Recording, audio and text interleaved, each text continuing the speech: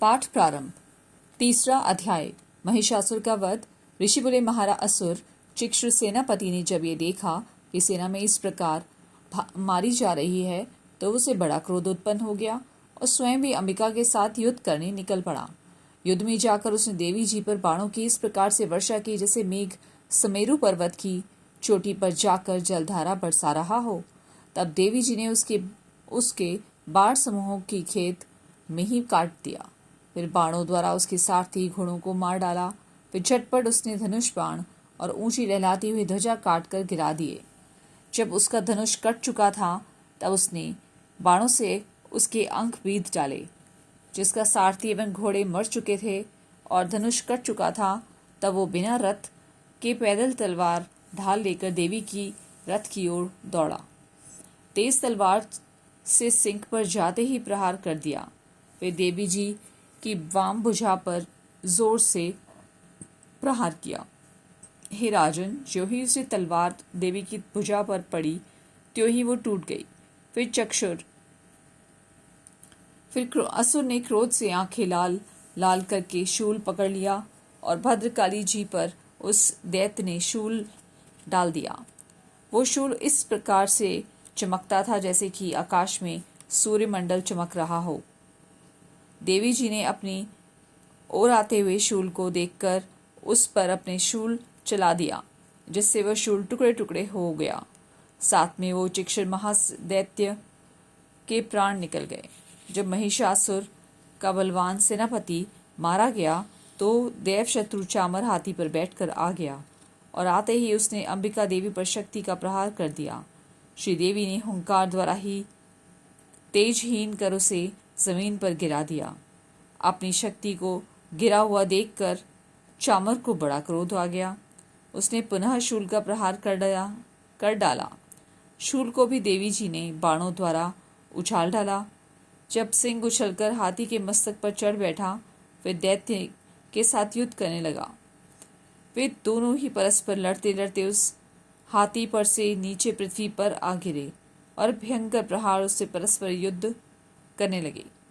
तब बड़े वेग से सिंह ऊपर की ओर उछला और ऊपर आकाश से नीचे की ओर गिरते गिरते पंजों के प्रहार से दैत्य चामर का सिर धड़ से अलग कर डाला।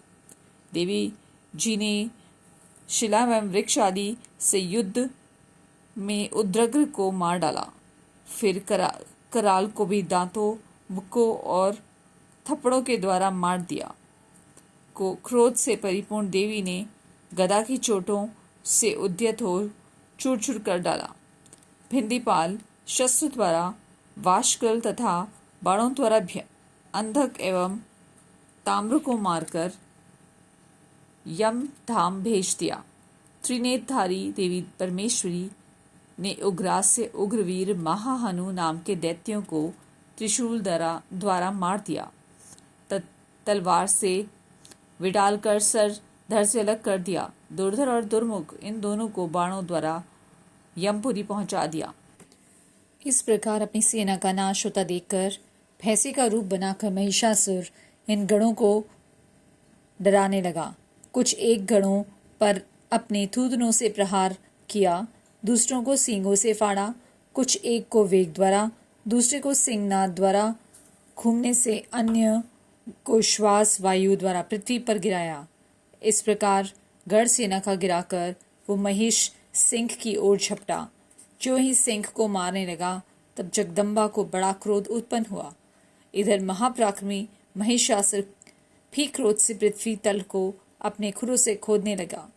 फिर सींगों से बड़े ऊंचे ऊंचे पहाड़ उठाकर फेंकने लगा।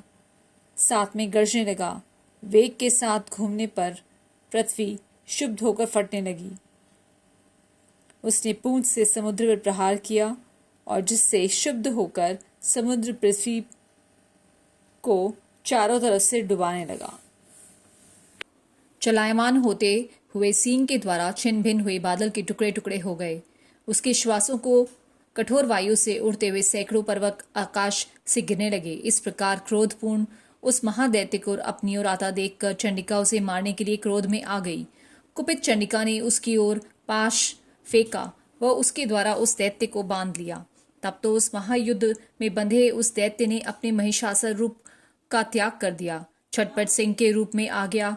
जो ही चंडिका अपने उसका सिर काटने लगी, तब वो तलवार हाथ में लिए पुरुष दिखाई देने लगा। तब शीघ्रता से तलवार ढाल वाले उस पुरुष को अपने बाणों से देवी ने बीध डाला। अब वो एक बड़ा हाथी हो गया। अपनी सूंड से देवी की सिंग को खींचा, फिर गरजने लगा। उसके खींचते समय अपने खड्ग के द्वारा देवी ने उसकी सूंड को काट दिया। फिर वो महादैत्य भैंसे के रूप में आ गया और चराचर त्रिलोकी को सताने लगा। तो जगत माता चंडिका क्रोध में आकर फिर उत्तम मधुपान करने लगी और लाल लाल नेत्र करके हंसने लगी। वो दैत्य की बल पराक्रम के मद में उन्मत्त होकर गरजने लगा और अपने सींगों से पहाड़ उठा उठा कर देवी की ओर फेंकने लगा। देवी जी ने अपने बाणों के समूह से उसके फेंके हुए पर्वतों को चूर चूर कर दिया। तब सुरापान के मद के कारण लाल लाल नेत्र वाली चंडिका जी ने कुछ अस्त व्यस्त शब्दों में कहा। देवी जी बोली, हे मूढ़, जब तक मैं मधुपान कर लूं तब तक तू क्षण भर के लिए गरज ले। मेरे द्वारा संग्राम भूमि में तेरा वध हो जाने पर शीघ्र ही देवता भी गरजने लगेंगे। ऋषि बोले। इस प्रकार कहकर देवी जी ने उछलकर उस महादैत्य पर चढ़ गई। पांव से दबाकर दैत्य के कंठ पर त्रिशूल से वार किया। देवी के पांव से दबे हुए उस दैत्य ने अपने मुख से बाहर निकलने का प्रयत्न दूसरे रूप में किया। अभी आधा ही निकल पाया था कि देवी ने उसके पराक्रम द्वारा उसे वहीं रोक लिया। आधा निकलकर भी उस दैत्य ने युद्ध करना नहीं छोड़ा। तब देवी जी ने अपनी तेज तलवार से उसका सर काटकर नीचे गिरा दिया। दैत्य सेना हाहाकार करने लगी। तब उस सारी सेना का भी देवी जी ने नाश कर दिया। सभी देवता अत्यंत प्रसन्न हुए। दिव्य महर्षियों के साथ सभी देवताओं ने स्तुतियां की। गंधर्व राज गायन करने लगे, अप्सराएं नाचने लगी। चौथा अध्याय। देवताओं द्वारा देवी की स्तुति। ऋषि बोले, अत्यंत पराक्रमी उस दुरात्मा महिषासुर एवं उसकी सेना के देवी द्वारा मारे जाने पर इंद्र आदि देवतागण अपनी वाणियों द्वारा देवी जी की स्तुति करने लगे। जिस देवी जी ने अपनी शक्ति के सारे जगत को व्याप्त कर लिया, जिसका स्वरूप सभी देवताओं को समूह है, सभी देवता एवं महर्षि जिसकी पूजा किया करते हैं, उस अंबिका देवी को हम प्रणाम करते हैं। वही देवी हमारा मंगल करें। जिसके अतुल प्रभाव को एवं बल को भगवान शेषनाग, ब्रह्मा आदि हरि भी नहीं कह सकते, वही चंडिका देवी सारे जगत के पालन के लिए तथा अमंगल के भय के नाश का विचार करें। श्री स्वरूपिणी पुण्यात्माओं के घरों में तो लक्ष्मी स्वरूपा है, पापियों के घरों में दरिद्रता, पवित्र बुद्धि वालों के हृदय में बुद्धि, श्रेष्ठ पुरुष के यहाँ श्रद्धा, कुलीन मनुष्य में लज्जा स्वरूपिणी। इस प्रकार